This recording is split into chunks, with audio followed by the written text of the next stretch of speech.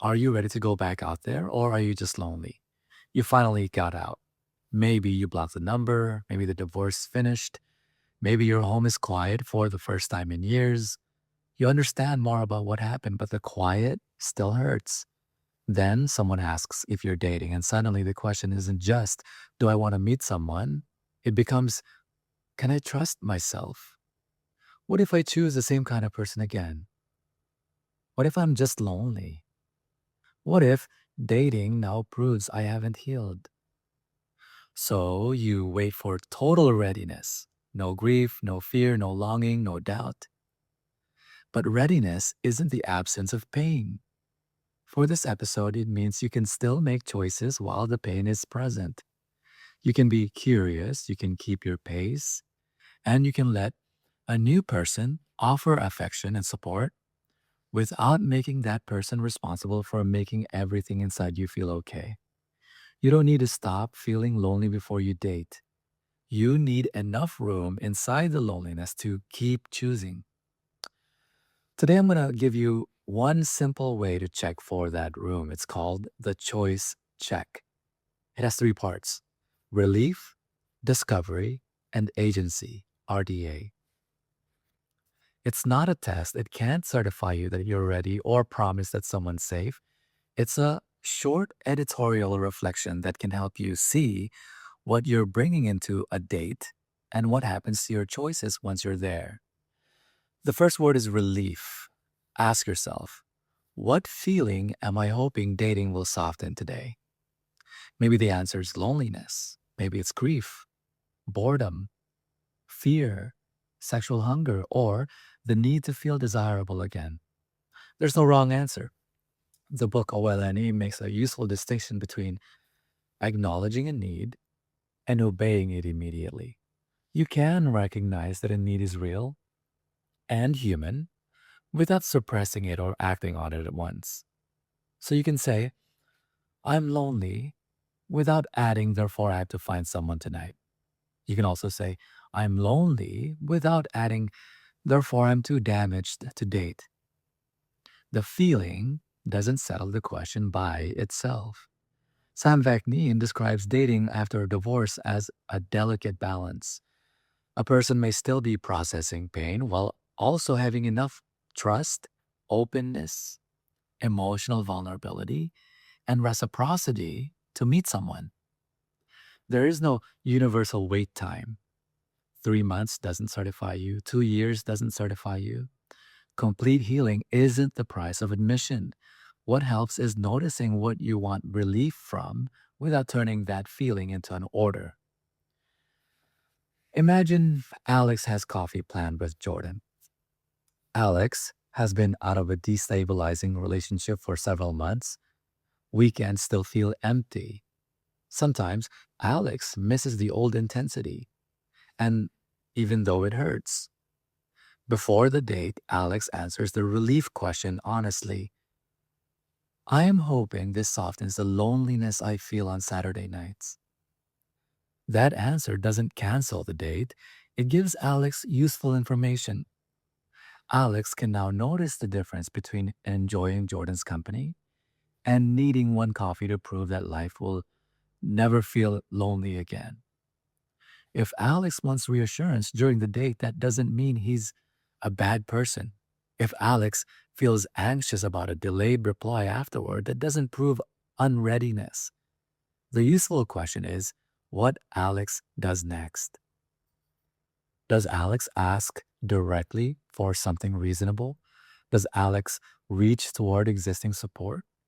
Or does fear begin pushing Alex to drop limits, demand certainty, or treat one new connection as the only thing keeping life together? The concern isn't emotional need. Everyone has emotional needs. The concern is when fear starts shrinking your choices and placing pressure on someone you barely know. The second word is discovery. Ask, what am I genuinely curious to learn about this specific person? The book OLNE defines intimacy as how well people know one another. That definition changes the purpose of a date. Before you know someone, you don't have to decide, This could be my person. Instead, you can ask, what am I learning? The book OLNE proposes letting the form or relationship grow from mutual knowledge instead of assigning a role at the beginning. The book calls it the IMR model, the intimacy model of relationships. Sam Vaknin describes courtship as gathering information about the other person and as a period of mutual evaluation. This isn't an interrogation. You don't need a red flag clipboard. You don't need to diagnose nervousness, awkwardness, or delayed reply, strong chemistry, or one disappointing moment. You're simply letting time reveal more. How does this person listen? Does the conversation make room for both people? Can a small difference stay a small difference? Do words and behavior become more consistent as ordinary situations come up? The book OLNA points to communication, authenticity, reliability, boundaries, autonomy, values, and time as parts of truly knowing someone. Alex writes one sentence before coffee. I'm curious about how Jordan handles disagreement and what Jordan values in close relationships. During the date, Alex notices attraction. Alex also listens. Jordan says something Alex likes. Jordan says something Alex isn't sure about. Alex doesn't have to turn either moment into a final conclusion.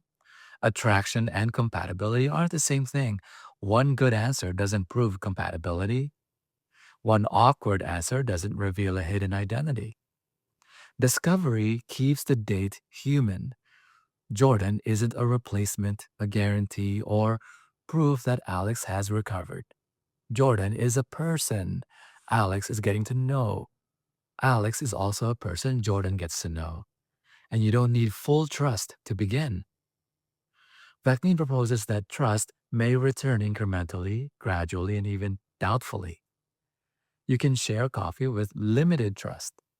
More access can follow what you actually learn. The third word is agency. With agency, ask, what one pace or boundary will I keep or clearly renegotiate even if attraction is strong? And what other source of support will remain in my week? For example, maybe your pace is one date this week. Maybe your boundary is going home alone. Maybe it's not sharing your full trauma history in the first night. Maybe it's keeping plans with friends instead of clearing your calendar for a person you just met. The point is not rigidity. You're allowed to change a limit. The question is whether you change it freely and clearly or abandon it because fear says you have to earn the person's interest. Alex chooses two things before coffee: leave after an hour and keep a Sunday call with a friend. Coffee goes well. Alex wants to stay longer, so Alex pauses and decides. Maybe Alex keeps the original hour. Maybe Alex freely chooses another 20 minutes. Either can preserve agency. What counts is that Alex notices the choice instead of waking up inside a decision fear already made. The book OLNE treats confidence as something you build by making an informed, ethical choice and learning from what happens.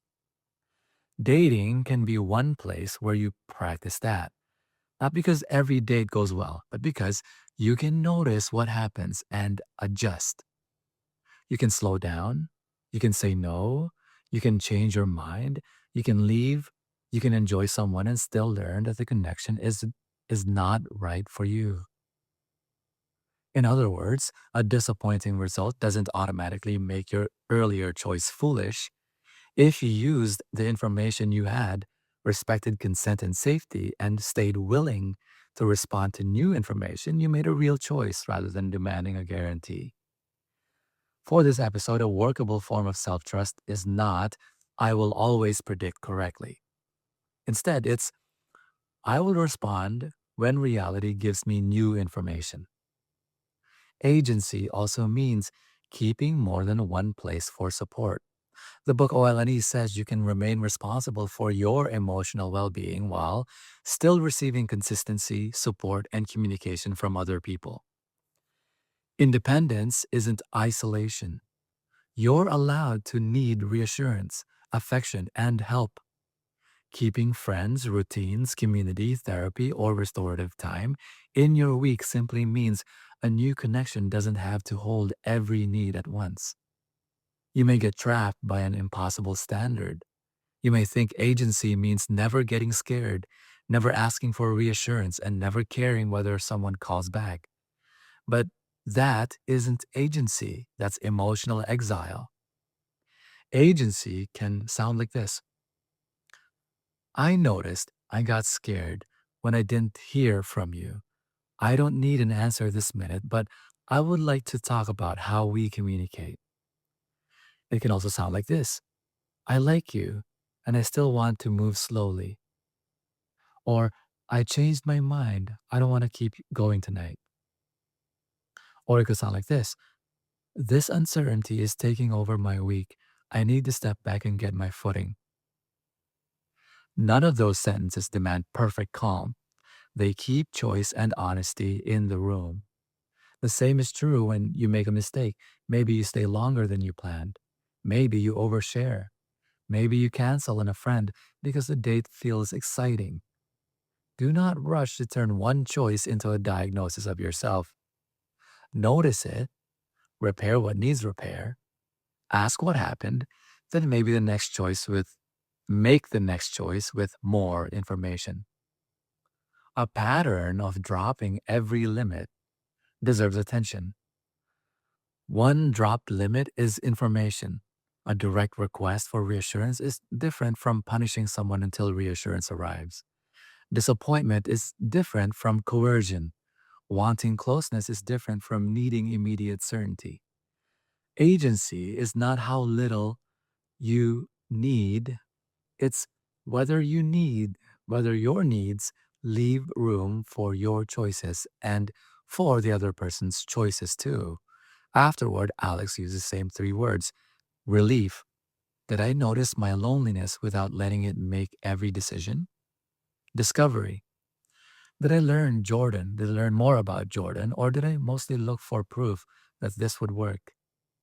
Agency. Did I keep or clearly change my pace? Can I handle not knowing what happens next without demanding an answer tonight? This is not a score. One imperfect date doesn't prove you're unready. One request for reassurance doesn't prove you're codependent. Look for context, repair, and repeated patterns. You may finish the reflection and decide to date again. You may decide to wait. You may choose a smaller step, like a group activity, a new friendship, or one honest conversation. None of those choices earn the decision that you're a bad person or you're a good person or you're doing good or bad. And this reflection isn't the right primary tool when coercion, stalking, threats, violence, sexual coercion, retaliation, or credible danger are present. In those situations, confidential safety support comes first. If the exercise increases shame, compulsive contact, distress, or danger, stop. It creates no duty to go on a date, disclose private information, continue contact, reconcile, or give anyone another chance. You don't have to be finished healing to meet someone. You can still be lonely. You can still be careful. You can still want support. Just keep returning to three words: relief, discovery, agency. Name what you hope the date will soften. Stay curious about the person who is actually there. Keep enough of your life and your choices that you can respond to what you learn. Readiness isn't never needing someone, it's being able to need connection without losing your ability to choose. In the book OLNE, check out the chapter on particularities as you develop intimacy with someone.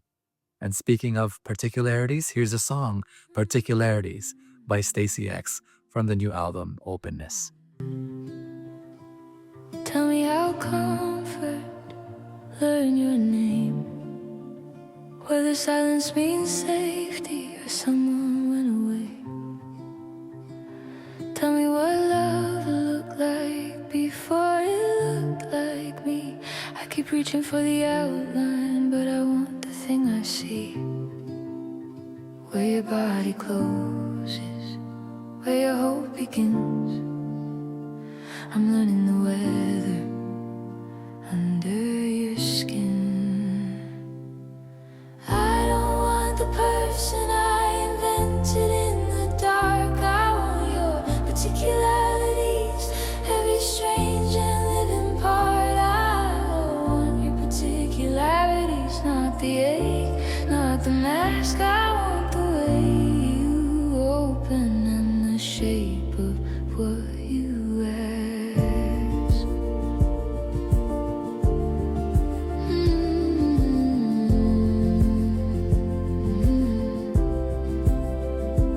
Tell me what you carry when the world felt cold, what you never say out loud, what you only hold.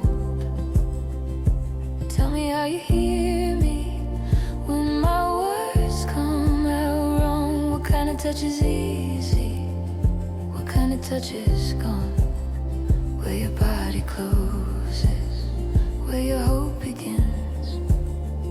I'm learning the weather under your skin. I don't want the person I invented in the dark. I want your particularities, every strange and living part. I want your particularities, not the ache, not the mask. I want the way you open in the shape of what you ask. If I love you, let me learn you, slow and true and bare, the map of every caution, the names of what you fear. If I love you, let me meet you, new each day, each time, not a borrowed little fantasy, but the real shape of your life.